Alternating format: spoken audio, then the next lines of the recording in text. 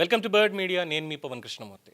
బంగ్లాదేశ్కి చెందినటువంటి ప్రముఖ రచయిత్రి, వివాదాస్పద రచయిత్రి అని కూడా అంటారు, తస్లిమా నస్రిన్. ఈ పేరు వినగానే ఒకవైపు మనకి భావ ప్రకటన స్వేచ్ఛ, మహిళల హక్కుల కోసం పోరాడిన రచయిత్రి గుర్తుకొస్తారు. మరోవైపు మతపరమైనటువంటి వివాదాలు, నిరసనలు, ఫత్వాలు, ప్రవాస జీవితం కూడా గుర్తొస్తాయి. దాదాపు 3 దశాబ్దాలుగా ప్రపంచవ్యాప్తంగా చర్చనీయాంశంగా మారినటువంటి తస్లిమా నస్రిన్ దాదాపు 19 ఏళ్ల తర్వాత, అంటే ఒక ఏడాది తక్కువ 2 దశాబ్దాలు, మళ్ళీ కలకత్తాలో అడుగు పెట్టడం అనేది మరోసారి పాత గాయాలని, పాత చర్చల్ని కూడా తెరపైకి తీసుకొచ్చింది.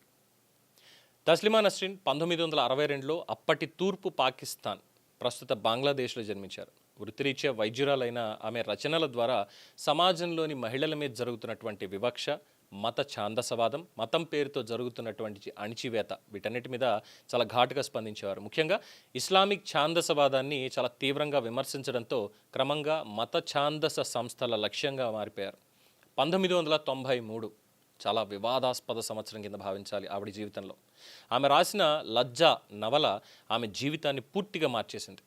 ఇక్కడ బాబ్రీ మసీద్ కూల్చివేత అనంతరం బంగ్లాదేశ్లో హిందూ మైనారిటీల మీద జరిగినటువంటి దాడులని నేపథ్యంగా తీసుకొని ఈ నవల ఆవిడ రాశారు. పుస్తకం అంతర్జాతీయంగా ప్రశంసలు అందుకున్నప్పటికీ కూడా బంగ్లాదేశ్లో తీవ్రమైనటువంటి వ్యతిరేకత ఎదురైంది.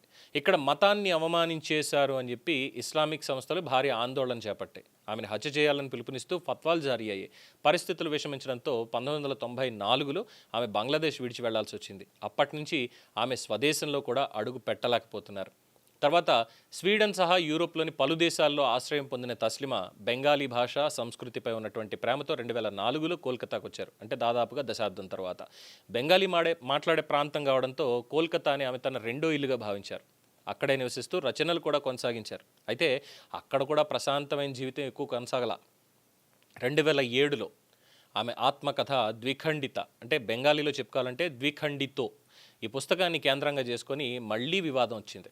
కొంతమంది ముస్లిం సంస్థలు ఆమె రచనలు మత విశ్వాసాలని అవమానిస్తున్నాయని ఆరోపిస్తూ కోల్కతాలో భారీ నిరసనలు చేపట్టి పరిస్థితి హింసాత్మకంగా మారడంతో పశ్చిమ బెంగాల్ ప్రభుత్వం భద్రతా కారణాలను చూపిస్తూ ఆమెను కోల్కతా నుంచి తరలించింది. ఆ తర్వాత కొంతకాలం ఢిల్లీలో చాలా కట్టుదిట్టమైనటువంటి భద్రత మధ్యలో నివసించారు. తర్వాత మళ్ళీ విదేశాలకు వెళ్ళిపోయారు. అప్పటి నుంచి కోల్కతాలో శాశ్వతంగా ఉండే అవకాశం వాడికి ఇప్పటిదాకా రాల. అయితే ఈ మధ్యకాలంలో కూడా తస్లిమా నస్రిన్ తన రచనలు, సోషల్ మీడియా వ్యాఖ్యల ద్వారా ప్రపంచవ్యాప్తంగా చర్చల్లోనే కొనసాగారు. మహిళా హక్కులు, మత ఛాందసవాదం, భావ ప్రకటన స్వేచ్ఛ, ఇలాంటి అంశాల మీద నిరంతరం తన అభిప్రాయాలను వెల్లడిస్తూ వచ్చారు. వివాదాస్పదమైనప్పటికీ ఆమెకు అంతర్జాతీయ స్థాయిలో అనేక పురస్కారాలు వచ్చినప్పటికీ అదే సమయంలో తీవ్ర విమర్శలను కూడా ఎదుర్కోవడం జరిగింది. ఒక వర్గం ఆమెను భావ ప్రకటన స్వేచ్ఛను ప్రతీకగా చూస్తే, మరో వర్గం మతపరమైనటువంటి భావాల్ని ఉద్దేశపూర్వకంగా రెచ్చగొట్టేటువంటి రచయిత్రిగా విమర్శిస్తోంది.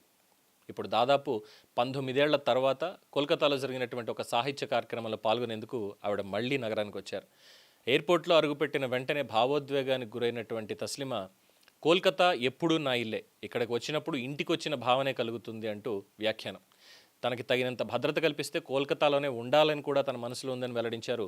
అయితే ప్రస్తుతం ఆమె పర్యటన పూర్తిగా 3 అంచెల భద్రతా వలయంలో కొనసాగుతోంది.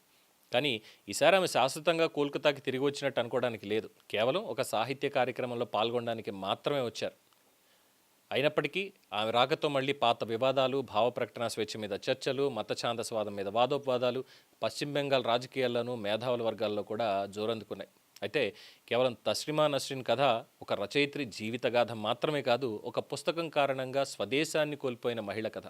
భావ ప్రకటన స్వేచ్ఛ పేరుతోటి ఎంత మూల్యం చెల్లించాల్సి వస్తుందో చెప్పేటువంటి కథ.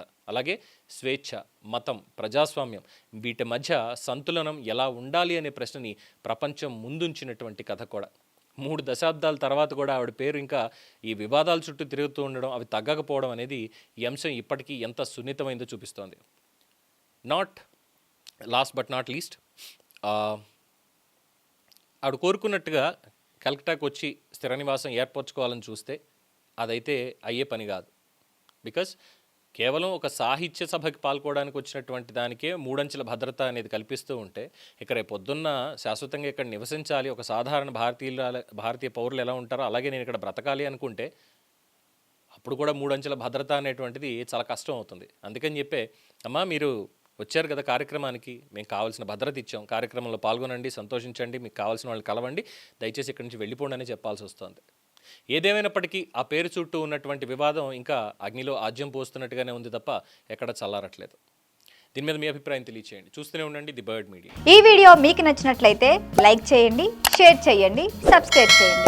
మరిన్ని అప్డేట్ల కోసం మా వాట్సాప్ ఛానల్ను ఫాలో చేయండి.